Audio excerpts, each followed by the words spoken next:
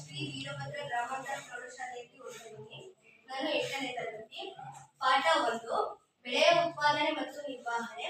ಇದಕ್ಕೆ ಚಟುವಟಿಕೆ ಮಾಡ್ತಿದ್ದೀವಿ. ಫಸ್ಟ್ ಚಟುವಟಿಕೆ ಖಾರಿಫ್ ಬೆಳೆ ಮತ್ತು ರಬಿ ಬೆಳೆಗೆ ಉದಾಹರಣೆಗಳು ಇದೆ. ನನ್ನ ಸ್ನೇಹಿತರು ಒಬ್ಬೊಬ್ಬರಾಗಿ ಬಂದು ಹೆಜ್ಜೆ ಹೇಳ್ತಿದ್ದಾರೆ. ಧನುಶ್ರೀ ಬಂದಿದೆ.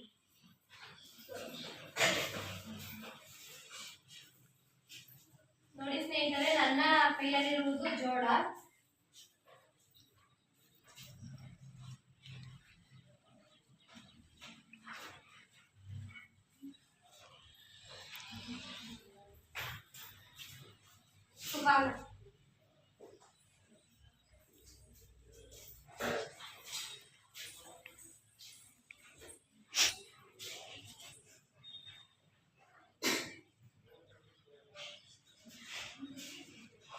ನನ್ನ ಕೈಯಲ್ಲಿರುವ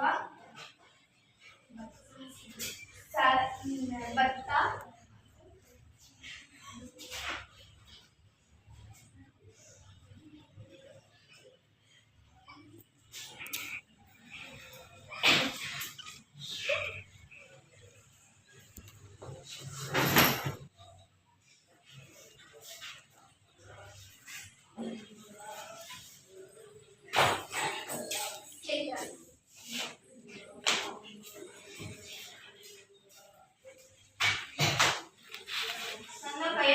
ಕಡಲೆ, ಅದರ ಬಗ್ಗೆ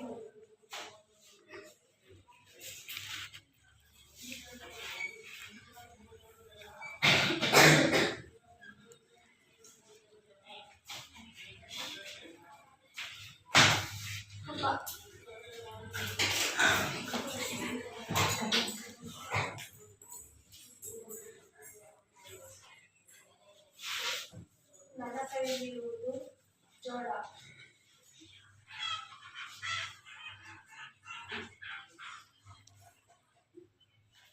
ನನ್ನ ಕೈಯಲ್ಲಿರುವುದು ಹತ್ತಿ.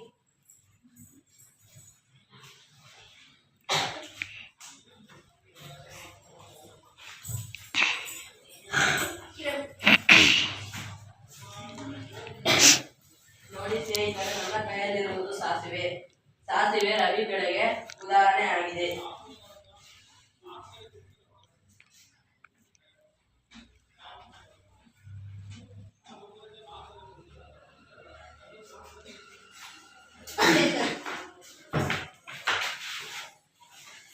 ನೋಡಿ ಸ್ನೇಹಿತರೆ, ನನ್ನ ಕೈಯಲ್ಲಿರುವುದು ಬಟಾಣಿ. ಬಟಾಣಿಯು ರಬಿ ಬೆಳೆಗೆ ಉದಾಹರಣೆಯಾಗಿದೆ.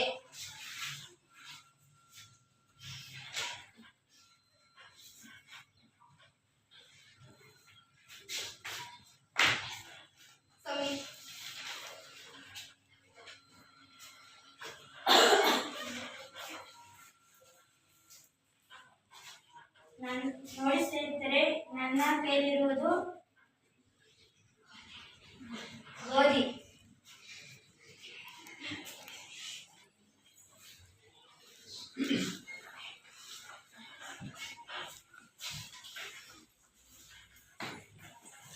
ಇಷ್ಟೇಳಿ ನನ್ನ ಚಟುವಟಿಕೆಯನ್ನು ನಾನು ಮುಗಿಸ್ತಾ ಇದ್ದೀನಿ.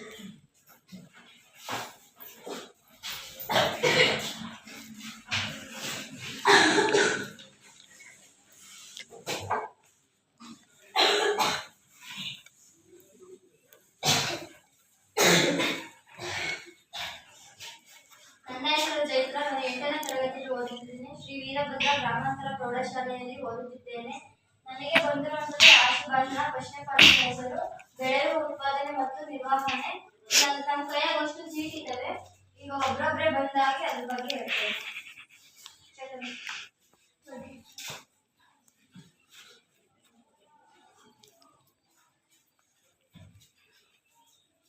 ನಮಗೆ ಸಿಕ್ಕಿರೋದು ಖಾರಿಫ್ ಬೆಳೆ. ಖಾರಿಫ್ ಬೆಳೆಯನ್ನ ಮಳೆಗಾಲದಲ್ಲಿ ಬೆಳೀತಾರೆ. ಮಳೆಗಾಲದಲ್ಲಿ ಬೆಳೆಯುವ ಬೆಳೆಗಳನ್ನು ಖಾರಿಫ್ ಬೆಳೆ ಅಂತಾರೆ. ಮತ್ತೆ ಖಾರಿಫ್ ಬೆಳೆಗೆ ಉದಾಹರಣೆ ಭತ್ತ, ಗೋಧಿ, ಜೋಳ, ಸೋಯಾಬೀನ್, ಹತ್ತಿ. ಮತ್ತೆ ಇಷ್ಟರಲ್ಲಿ ಖಾರಿಫ್ ಬೆಳೆ ಬಗ್ಗೆ ಮುಗಿಸ್ತೀನಿ.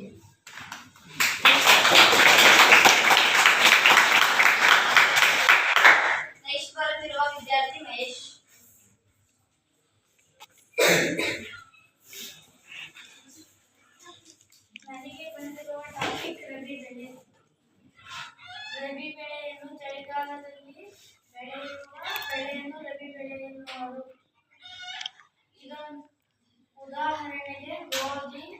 ಕಡಲೆ, ಬಟಾಣಿ, ಸಾಸಿವೆ ಮತ್ತು ಅಗಸೆ.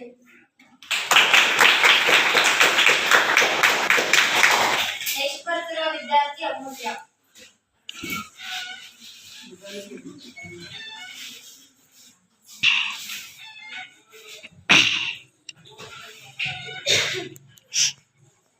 ನನ್ನ ಹೆಸರು ಅಮೂಲ್ಯ. ನಾನು 8ನೇ ತರಗತಿಯಲ್ಲಿ ಓದುತ್ತಿದ್ದೇನೆ. ಶ್ರೀ ವೀರಭದ್ರ ಸ್ವಾಮಿ ಗ್ರಾಮಾಂತರ ಪ್ರೌಢಶಾಲೆ ಕನಕಟ್ಟೆ. ನನಗೆ ಬಂದಿರುವ ವಿಷಯ ಸಾವಯವ ಗೊಬ್ಬರ ಮತ್ತು ರಸಗೊಬ್ಬರದ ವ್ಯತ್ಯಾಸ. ರಸಗೊಬ್ಬರವು ಮಾನವನ ನಿರ್ಮಿತ ನಿರವಯ ಲವಣ. ಸಾವಯವ ಗೊಬ್ಬರವು ಒಂದು ನೈಸರ್ಗಿಕ ಪದಾರ್ಥವಾಗಿದ್ದು ಅದನ್ನು ಸಗಣಿ ಮತ್ತು ಸಸ್ಯಗಳ ಉಳಿವಿಕೆ ಮತ್ತು ವಿಘಟನೆಯಿಂದ ಪಡೆಯಲಾಗುತ್ತದೆ. ರಸಗೊಬ್ಬರವನ್ನು ಕಾರ್ಖಾನೆಯಲ್ಲಿ ಉತ್ಪಾದಿಸುತ್ತಾರೆ. ಸಾವಯವ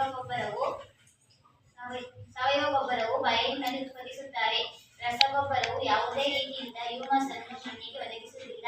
ಸಾವಯವ ಗೊಬ್ಬರವು ಸಾಕಷ್ಟು ಹ್ಯೂಮಸ್ ಅನ್ನು ಮಣ್ಣಿಗೆ ಒದಗಿಸುತ್ತದೆ.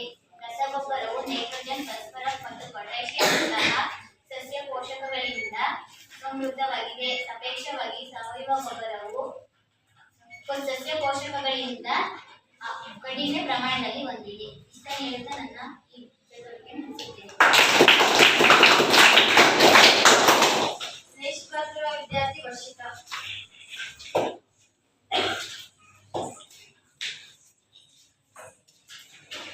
ನನಗೆ ಬಂದಿರುವ ವಿಷಯ ಕೂರಿಗೆ ಎಂದರೇನು. ಬಿತ್ತನೆಗೆ ಬಳಸುವ ಸಾಂಪ್ರದಾಯಿಕ ಸಲಕರಣೆಯನ್ನು ಒಂದು ಆಲಿಕೆಯ ಆಕಾರದಲ್ಲಿರುತ್ತದೆ. ಇದನ್ನು ಕೂರಿಗೆ ಎನ್ನುವರು. ನೆಕ್ಸ್ಟ್ ಬರ್ತಿರುವ ವಿದ್ಯಾರ್ಥಿ ವಿಕ್ರಮ್.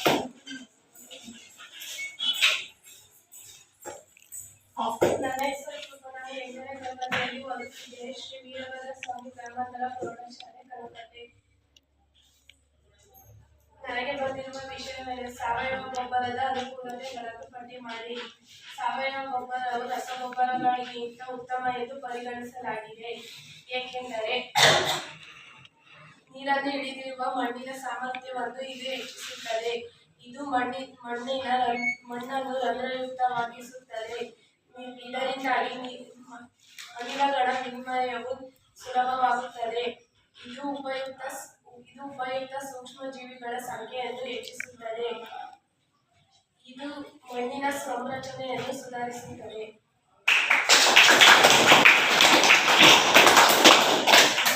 ನೆಕ್ಸ್ಟ್ ಬರ್ತಿರುವ ವಿದ್ಯಾರ್ಥಿ ಕಿರಣ್.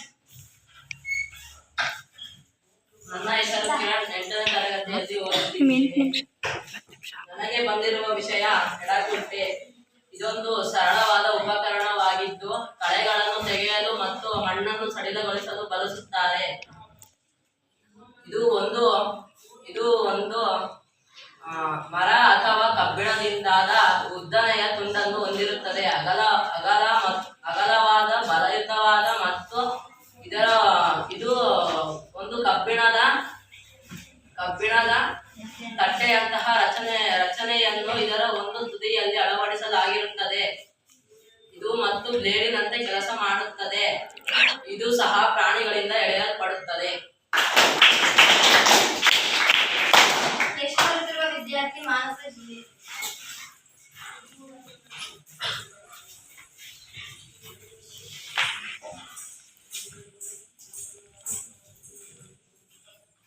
ನನ್ನ ಹೆಸರು ಮಾನಸ. ನಾನು 8ನೇ ತರಗತಿಯಲ್ಲಿ ಓದುತ್ತಿದ್ದೇನೆ. ಶ್ರೀ ವೀರಭದ್ರ ಸ್ವಾಮಿ ಗ್ರಾಮಾಂತರ ಪ್ರೌಢಶಾಲೆ ಕನಕಟ್ಟೆ. ನನಗೆ ಬಂದಿರುವ ವಿಷಯ ನೀರಾವರಿ ಸಾಂಪ್ರದಾಯಿಕ ವಿಧಾನ. ಹಗಲು ರಾಟೆ ವಿಧಾನ, ಸರಪಳಿ ಪಂಪ್, ಏತ ನೀರಾವರಿ, ರಾಹಟ್ ಸನ್ನೆ ಕೊಯ್ಲು ವಿಧಾನ.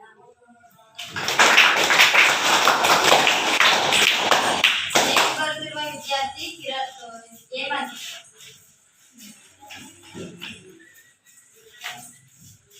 ನನ್ನ ಹೆಸರು ಹೇಮಂತ್. ನಾನು 8ನೇ ತರಗತಿಯಲ್ಲಿ ಓದುತ್ತಿದ್ದೇನೆ. ನನಗೆ ಬಂದಿರುವ ವಿಷಯ ಕೃಷಿ ಪದ್ಧತಿಗಳು. ಕೃಷಿ ಪದ್ಧತಿಗಳಲ್ಲಿ 7 ವಿಧಗಳು. ಅವು ಮಣ್ಣನ್ನು ಹದಗೊಳಿಸುವಿಕೆ, ಬಿತ್ತನೆ, ಸಾವಯವ ಗೊಬ್ಬರಗಳು ಮತ್ತು ರಾಸಾಯನಿಕ ಗೊಬ್ಬರಗಳು ಸೇರಿಸುವುದು, ನೀರಾವರಿ, ಕಳೆಗಳಿಂದ ರಕ್ಷಣೆ, ಕೊಯ್ಲು, ಸಂಗ್ರಹಣೆ.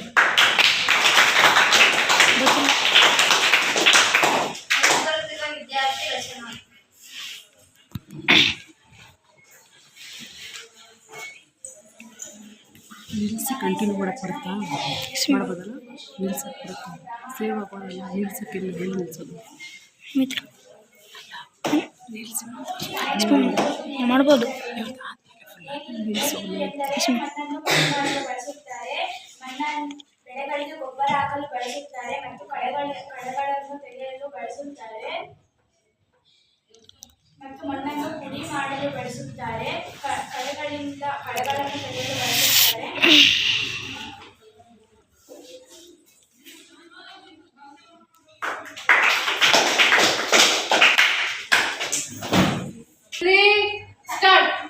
ನನ್ನ ಹೆಸರು ಚೇತನ್. ನಾನು 8ನೇ ತರಗತಿ ಓದ್ತಾ ಇದ್ದೀನಿ. ಈ ಒಂದು ಮೊದಲನೇ ಪಾಠದಲ್ಲಿ ಬೆಳೆ ಉತ್ಪಾದನೆ ಮತ್ತು ನಿರ್ವಹಣೆಯಲ್ಲಿ ಕೃಷಿಯ ಪದ್ಧತಿಗಳು ಮತ್ತು ಉಪಕರಣಗಳು ಚಾರ್ಟ್ ಇದೆ. ಅದನ್ನ ನನ್ನ ಸ್ನೇಹಿತರು ಬಂದು ಹೇಳ್ತಾರೆ ಒಬ್ಬೊಬ್ಬರಾಗಿ. ಮೊದಲನೇದಾಗಿ ವಿದ್ಯಾರ್ಥಿ ಮಹೇಶ್ ಕೆ ಬರ್ತಿದ್ದಾನೆ.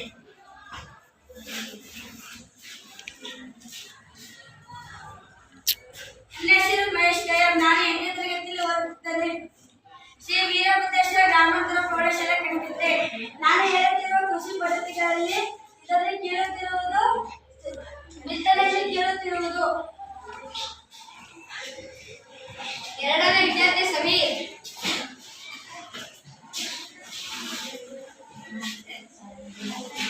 ನನ್ನ ಹೆಸರು ಮೊಹಮ್ಮದ್ ಸಮೀರ್. ನಾನು 8ನೇ ತರಗತಿಯಲ್ಲಿ ಓದುತ್ತಿದ್ದೇನೆ. ಈ ಚಿತ್ರದ ಹೆಸರು ನಾಟಿ ಮಾಡುವುದು. 3ನೇ ವಿದ್ಯಾರ್ಥಿ ಸುಜಿತಾ.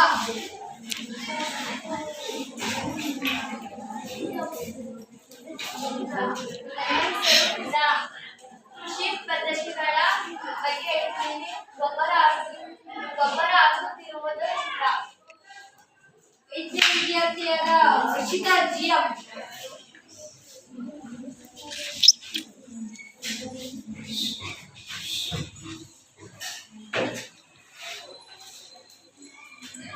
ನನ್ನ ಹೆಸರು ಹರ್ಷಿತಾ. ನಾನು 8ನೇ ತರಗತಿಯಲ್ಲಿ ಓದುತ್ತಿದ್ದೇನೆ.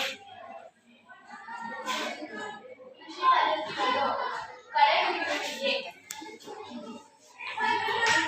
5ನೇ ವಿದ್ಯಾರ್ಥಿ ಚೈತ್ರ. ನನ್ನ ಹೆಸರು ಚೈತ್ರ. ನಾನು 8ನೇ ತರಗತಿಯಲ್ಲಿ ಓದುತ್ತಿದ್ದೇನೆ. ಕಳೆಗಳನ್ನು ರಕ್ಷಣೆ ಮಾಡುತ್ತಿರುವುದು. 6ನೇ ವಿದ್ಯಾರ್ಥಿಯಾದ ದೀಪಿಕಾ. ನನ್ನ ಹೆಸರು ದೀಪಿಕಾ. ನಾನು 8ನೇ ತರಗತಿಯಲ್ಲಿ ಓದುತ್ತಿದ್ದೇನೆ. ನೀರಾವರಿ. ಕೃಷಿಯ ಉಪಕರಣಗಳದ್ದು ಒಂದು ಚಾರ್ಟ್ ಇದೆ. ಈಗ ನನ್ನ ಸ್ನೇಹಿತರು ಒಬ್ಬೊಬ್ಬರಾಗಿ ಬಂದು ಇದ್ರ ಹೆಸರು ಹೇಳ್ತಾರೆ. ಮೊದಲನೇದಾಗಿ ಮಹೇಶ್ ಎಸ್ ಬರ್ತಿದ್ದಾರೆ.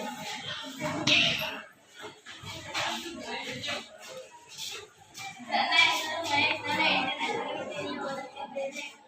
ಈ ಚಿತ್ರದ ಹೆಸರು ನೇಗಿಲು. ಎರಡನೆಯದಾಗಿ ಪ್ರಜ್ವಲ್. ನನ್ನ ಹೆಸರು ಪ್ರಜ್ವಲ್. ನಾನು 8ನೇ ತರಗತಿಯಲ್ಲಿ ಓದುತ್ತಿದ್ದೇನೆ.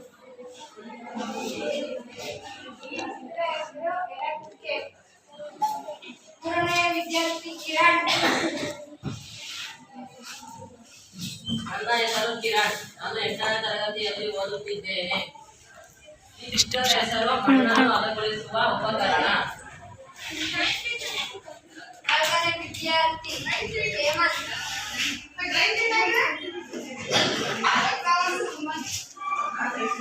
ನನ್ನ ಹೆಸರು ಹೇಮಂತ್. ನಾನು 8ನೇ ತರಗತಿಯಲ್ಲಿ ಓದುತ್ತಿದ್ದೇನೆ. ಇದರ ಹೆಸರು ಕಲ್ಟಿವೇಟರ್.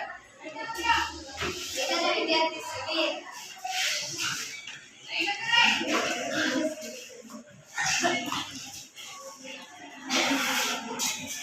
ನನ್ನ ಹೆಸರು ಮೊಹಮ್ಮದ್ ಸಮೀರ್. ನಾನು 8ನೇ ತರಗತಿಯಲ್ಲಿ ಓದುತ್ತಿದ್ದೇನೆ.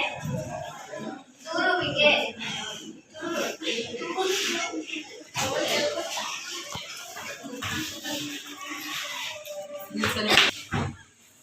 ಕೃಷಿ ಪದ್ಧತಿಗಳು ಮತ್ತು ಕೃಷಿ ಉಪಕರಣಗಳ ಬಗ್ಗೆ ತಿಳಿಸಿದ್ರು ನನ್ನ ಫ್ರೆಂಡ್ಸ್. ಈಗ ಅದ್ರ ಬಗ್ಗೆ ಚಟುವಟಿಕೆ ಮುಗಿರೋದ್ರಿಂದ ನನ್ನ ಚಟುವಟಿಕೆ ಮುಗಿದ ಅಂತ ನಾನು ಹೋಗ್ತಾ ಇದ್ದೀನಿ.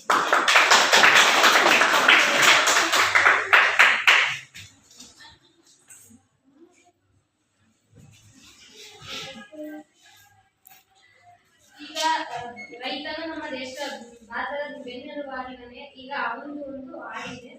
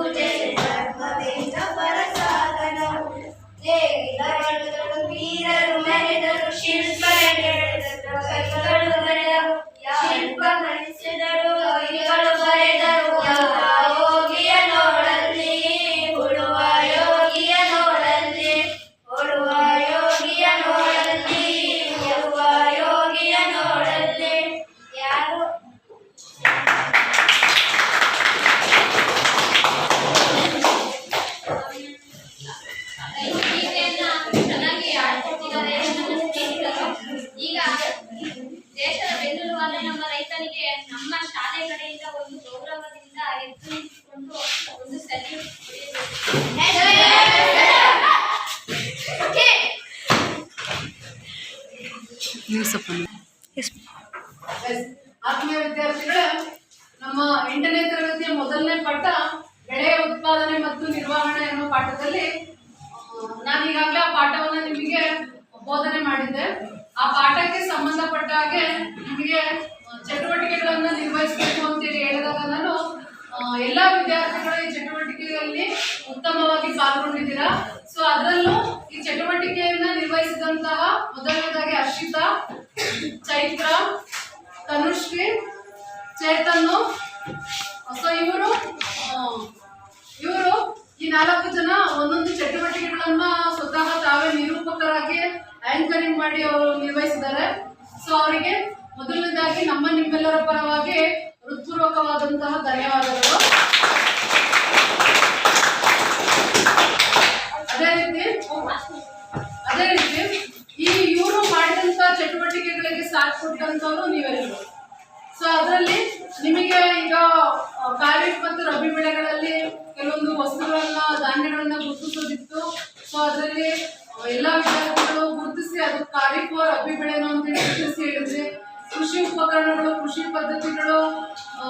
ಪದ್ಧತಿಗಳು ಇತ್ತು. ಸೊ ಅದನ್ನು ಕೂಡ ಚೆನ್ನಾಗಿ ಉಪಕರಣಗಳನ್ನ ಮತ್ತೆ ಪದ್ಧತಿಗಳನ್ನ ಒಬ್ಬೊಬ್ಬರಾಗೆ ಬಂದು ಹೇಳಿದ್ರಿ. ಆಮೇಲೆ ಆಶುಭಾಷಣ ಸ್ಪರ್ಧೆಗಾಗಿ ವಿಷಯಗಳಿತ್ತು. ಸೊ ಬಿತ್ತನೆ, ಖಾರಿಫ್ ಬೆಳೆ, ನಿಮ್ಮ ಪಾಠಕ್ಕೆ ಸಂಬಂಧಪಟ್ಟಂತ ವಿಷಯಗಳನ್ನ ತುಂಬಾ ಚೆನ್ನಾಗಿ ಆಶುಭಾಷಣ ಸ್ಪರ್ಧೆಯಲ್ಲಿ ಕೆಲವೊಂದೆಲ್ಲ ವಿಷಯಗಳನ್ನ ತುಂಬಾ ಚೆನ್ನಾಗಿ ನಿರ್ವಹಿಸಿದೆ. ಸೊ ನಿಮ್ಮೆಲ್ಲರಿಗೂ ಕೂಡ ಮತ್ತೊಮ್ಮೆ ವೈಯಕ್ತಿಕವಾಗಿ ನನ್ನ ಕಡೆಯಿಂದ ಎಲ್ಲರಿಗೂ ಕೂಡ ಧನ್ಯವಾದಗಳನ್ನ ಹೇಳ್ತಾ, ಇದೇ ರೀತಿ ಬೇರೆ ಬೇರೆ ಉತ್ತಮವಾಗಿರುವಂತಹ ಚಟುವಟಿಕೆಗಳನ್ನ ನೀವೆಲ್ಲರೂ ಕೂಡ ನಿರ್ವಹಿಸಿ ಅಂತ ಹೇಳಿ ಹೇಳ್ತಾ, ಸೊ ಈ ಚಟುವಟಿಕೆ ಮಾಡಿದ್ದಕ್ಕಾಗಿ ಮತ್ತೊಮ್ಮೆ ಎಲ್ಲರಿಗೂ ಕೂಡ ಹೃದಯಪೂರ್ವಕ ಧನ್ಯವಾದಗಳು.